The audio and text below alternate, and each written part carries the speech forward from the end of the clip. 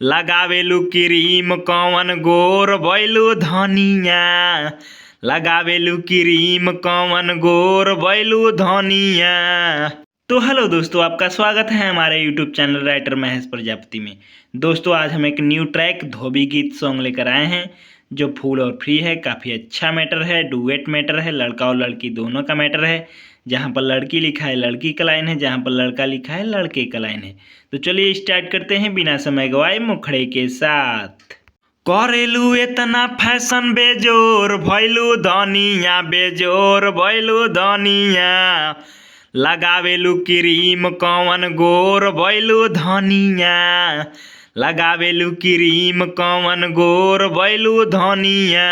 मंत्रा first, चेहरा के अपने फेसियल कराइला, अरे फेसियल कराइला।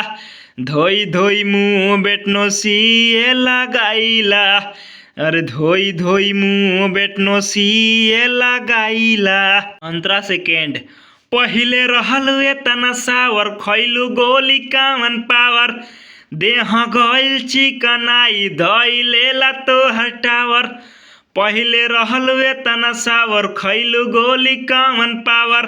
देह गइल चिकनाई धइलेला तो हटावर।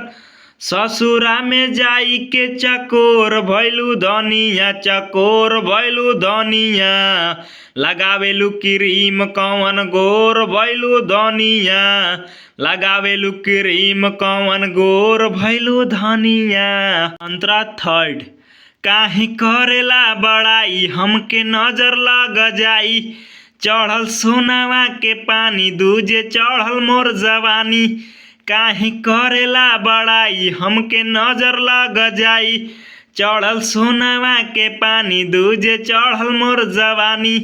धई के महेश राज पूछले कलाइला, अरे पूछले कलाइला।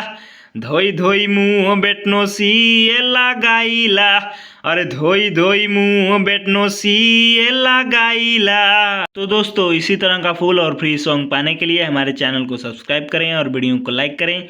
तो चलिए मिलते हैं किसी नेक्स्ट वीडियो में किसी नए ट्रैक के साथ। तब तक के लिए बाय।